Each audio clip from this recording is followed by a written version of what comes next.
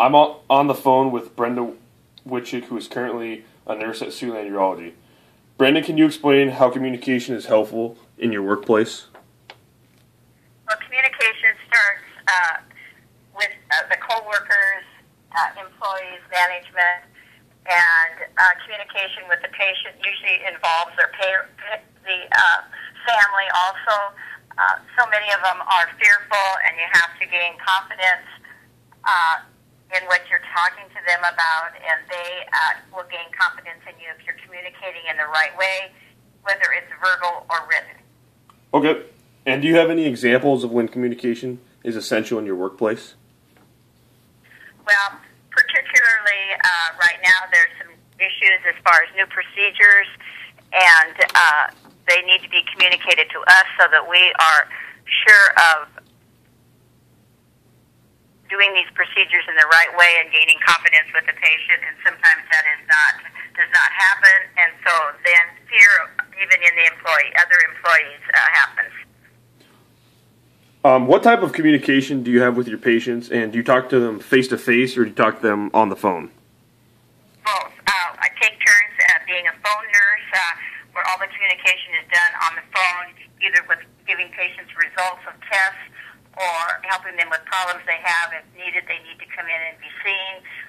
And then we also see patients and talk to them face-to-face by taking care of them, doing special procedures.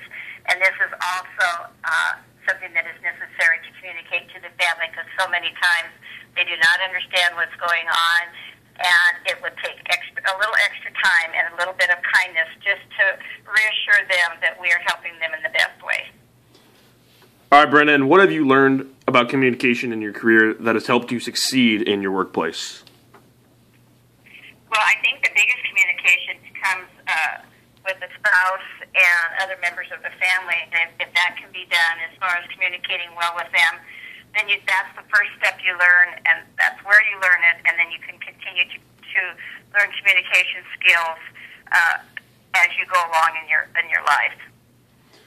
All right, and last question: do you have any advice about communication that I could use further in advance in my skills? Yes, I think the main thing is to make sure that you have an open mind and be able to talk things out if something is bothering an individual, and even if it takes more than one attempt at communicating, communication is the sole reason for us to continue our betterment, and this would be also advice for you because of what you have at stake, and communicating whether you want to or not, and facing problems as they arise would eliminate any other problems. All right, that's all I have. Thanks a lot, Brenda.